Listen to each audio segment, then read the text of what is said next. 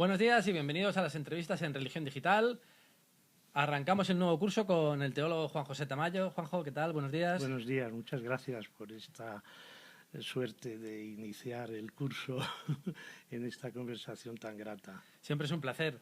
Juan José es noticia por muchas cosas, pero fundamentalmente ha sacado hace muy poco su último libro, Invitación a la Utopía, con Trota, que creo que es el culmen de una trilogía.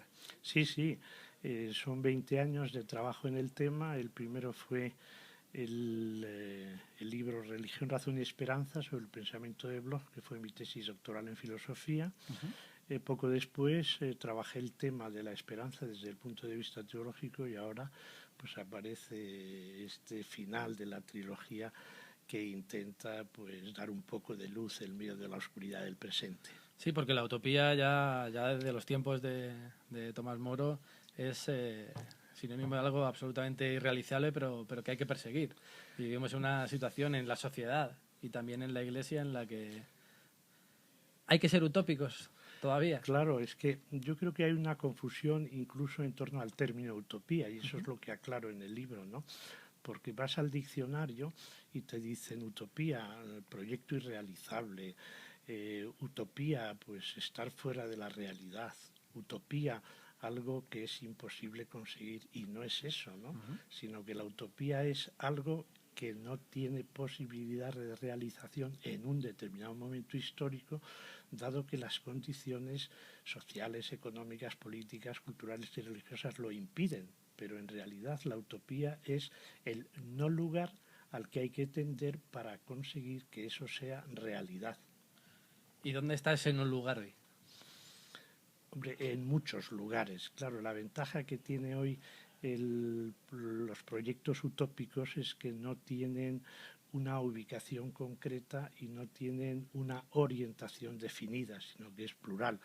Y las utopías pues están en los movimientos sociales, en el feminismo, en el ecologismo, en los proyectos alternativos de las comunidades indígenas, en los nuevos modelos de desarrollo y de producción, y en el terreno religioso, pues en las comunidades de base, en los movimientos de diálogo interreligioso, en las propuestas éticas alternativas hacia otra sociedad posible. En el fondo yo creo que la utopía donde mejor está reflejada hoy es en el movimiento, en el Foro Social Mundial por otro mundo posible, y ahí pues añade por otra religión posible, por otro Dios posible, por otra iglesia posible, por otra sociedad posible.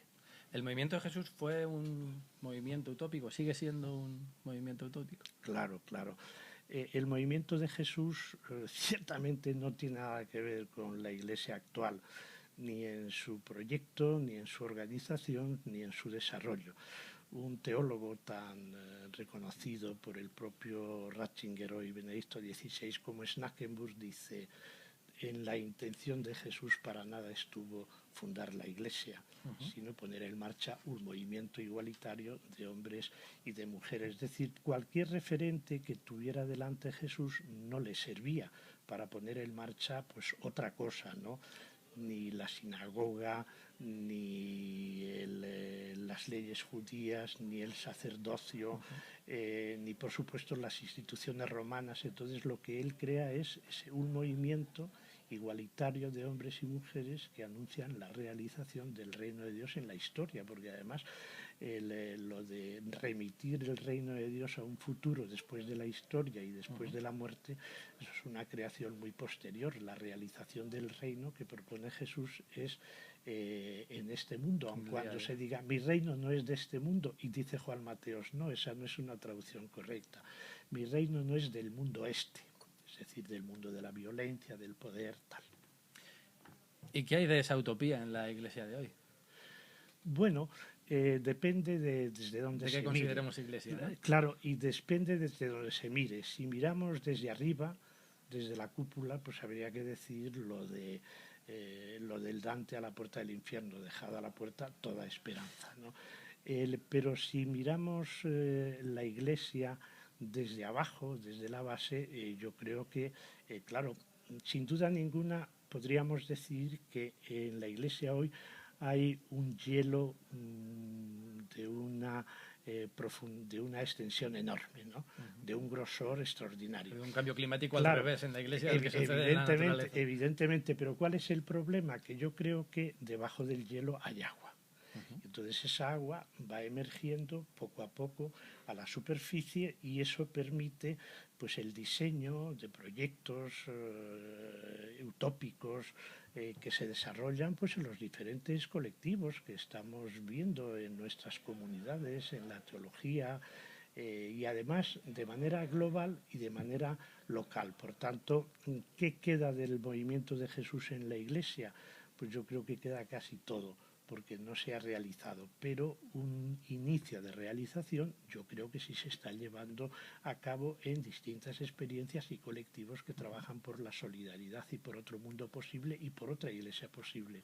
No es por ser pesimista, pero sí parece que en cierto modo lo que sí se está produciendo es un distanciamiento de lo que es o lo que se ha entendido por Iglesia, incluso de la práctica sacramental, por parte de muchos que, considerándose creyentes, seguidores de Jesús, de ese movimiento utópico, pues han perdido un poco también la ilusión de que eso pueda ser realizable, al menos dentro de lo que es la institución, y se sienten un poco como ovejas sin pastor, que también lo decía el Evangelio hace poco.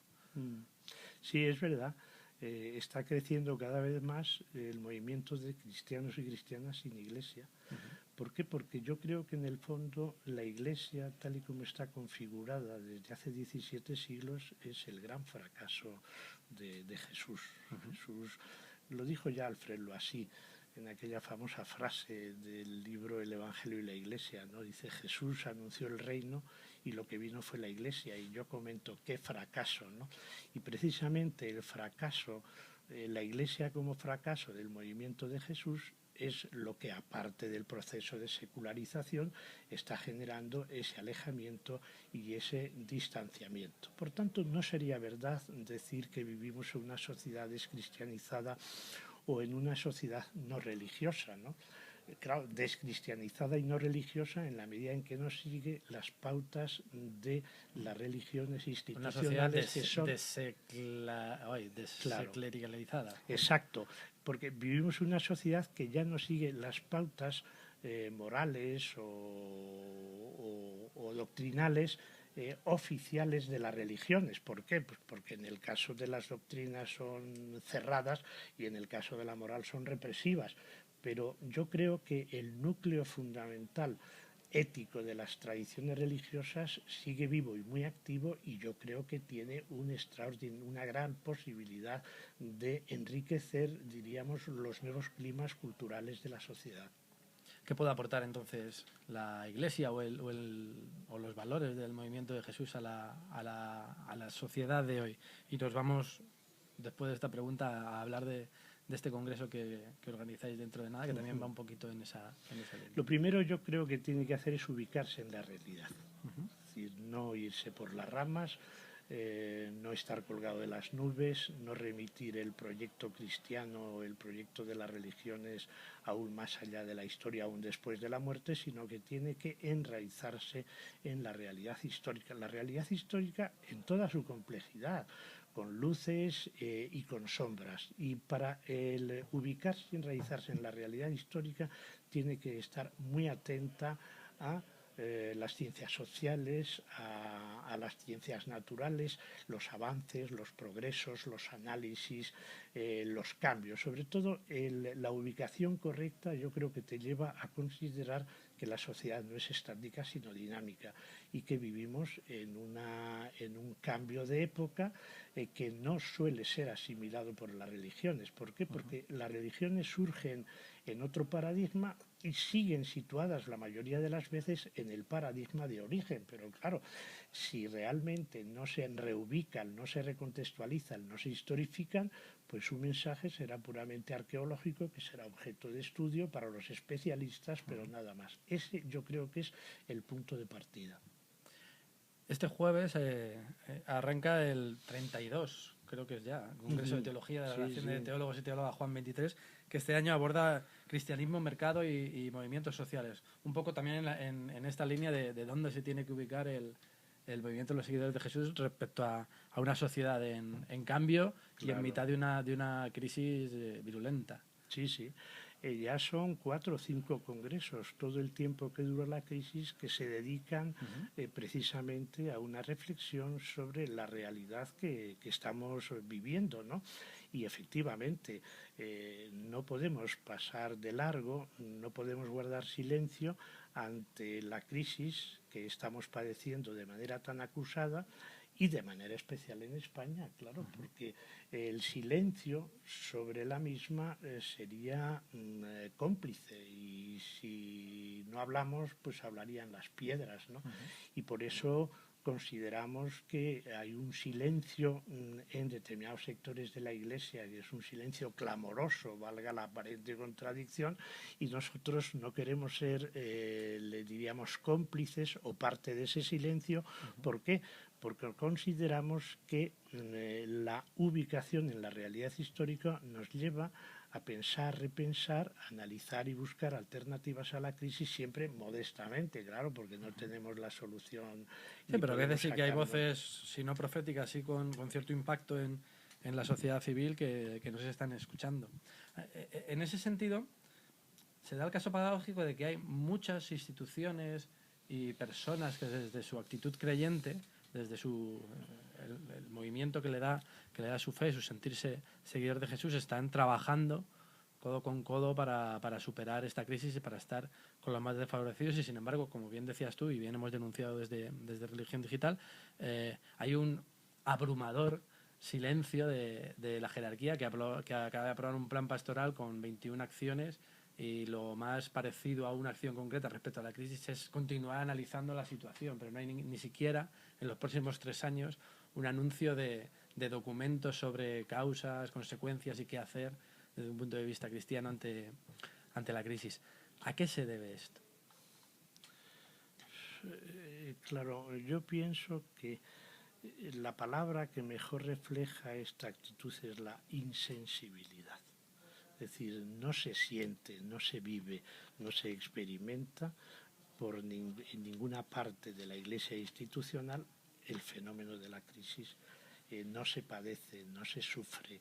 Y por eso, claro, al no sentirlo, al no sufrirlo y al no vivirlo, pues la sensibilidad es mínima. Es decir, yo creo que en este momento la jerarquía católica, o al menos la Conferencia Episcopal Española, su cúpula, está instalada cómodamente en una situación de privilegio que le impide descubrir la realidad dramática que está viviendo la sociedad española. Es decir, conserva íntegros e intactos, sin tocar absolutamente ninguno, todos los beneficios y todos los privilegios del pasado, incluso desde la época del franquismo, ¿no?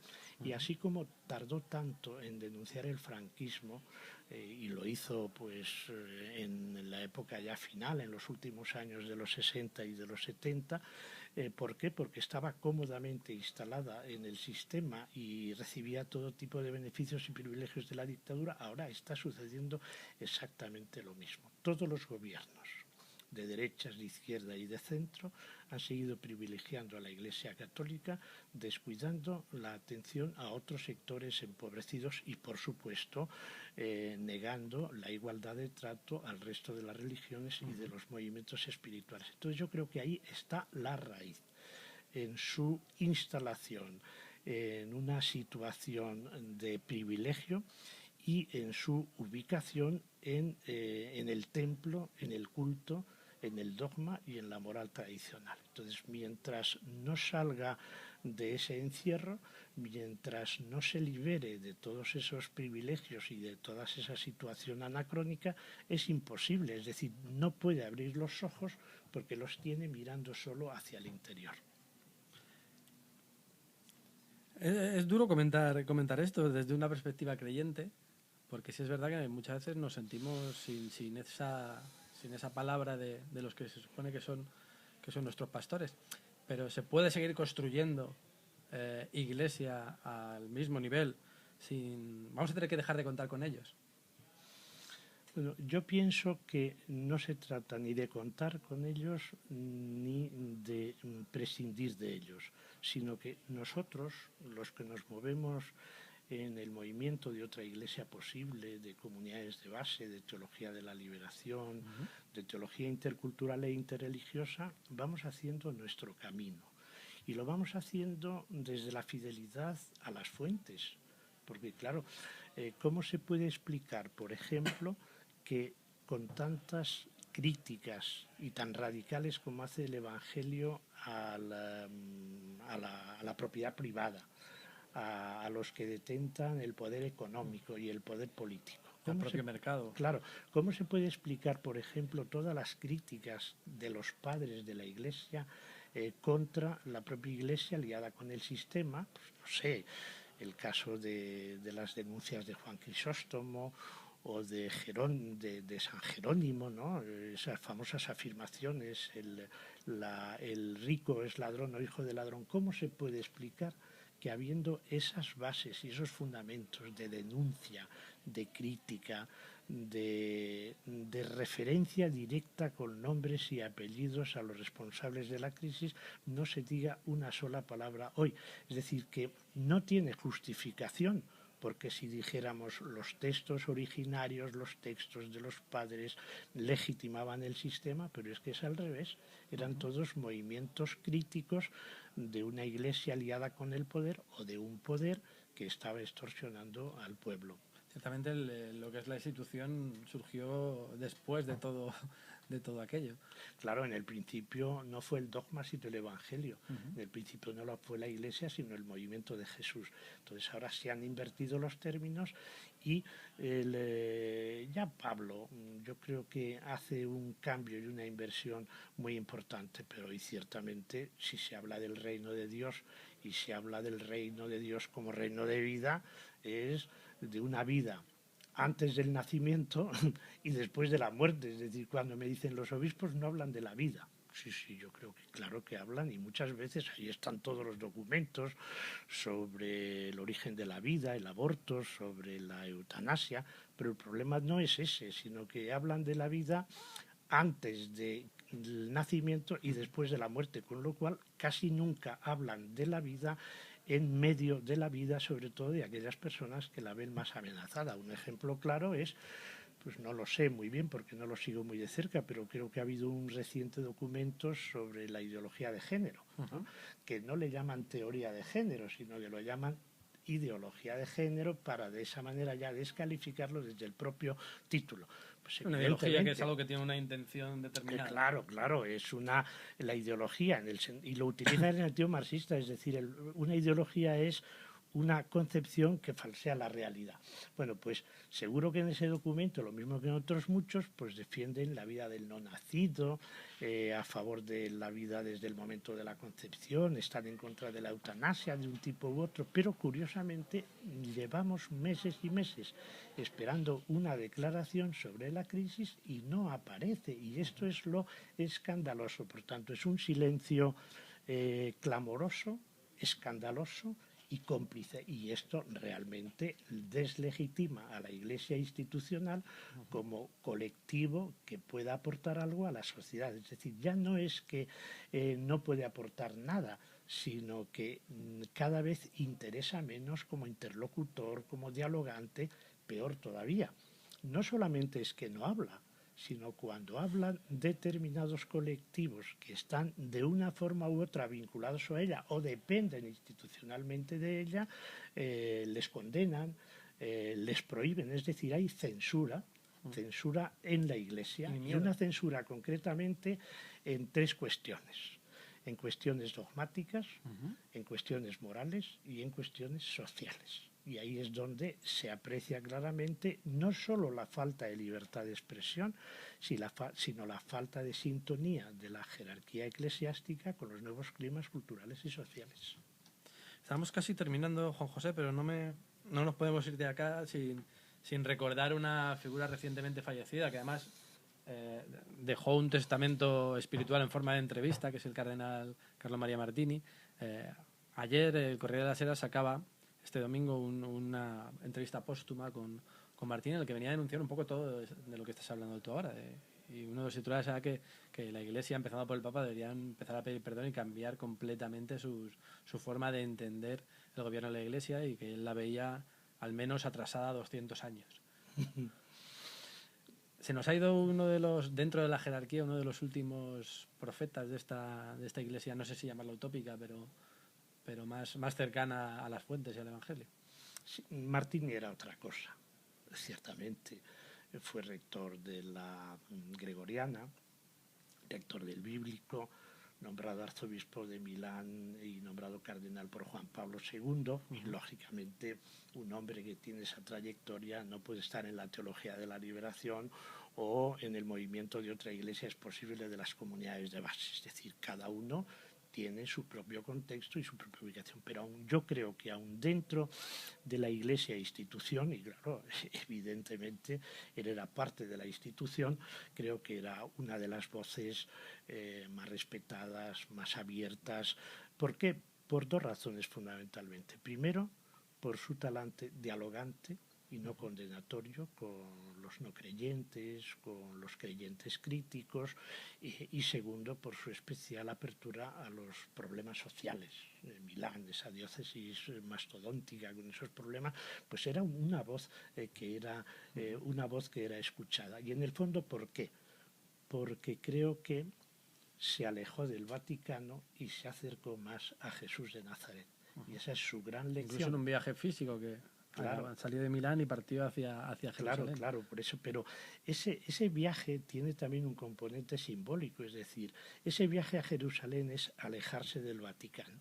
Y cuando digo alejarse del Vaticano, digo que él en un determinado momento renuncia a asumir responsabilidades a nivel de Iglesia Universal y prefiere ir al origen del cristianismo para conectar con el movimiento de Jesús. Entonces yo creo que la mejor síntesis de esta figura es eso, lejos del Vaticano, cerca del movimiento de Jesús de Nazaret, y me parece que ese sí que es un testimonio que nos permite pensar que otra iglesia es posible, pero claro, ya no es una iglesia posible desde la cúpula del Vaticano, sino desde las bases, desde los excluidos y marginados.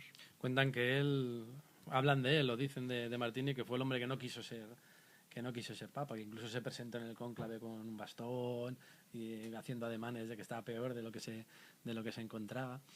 Que uno no sabe al final si es un acto de dignidad o un decir no podría hacer nada desde esta posición, que a veces cada uno tiene sus propios talentos y sus propios lugares donde ejercer su responsabilidad, que es igual de importante que la de cualquier otro. Claro, yo interpreto ese gesto que tú dices de la siguiente manera.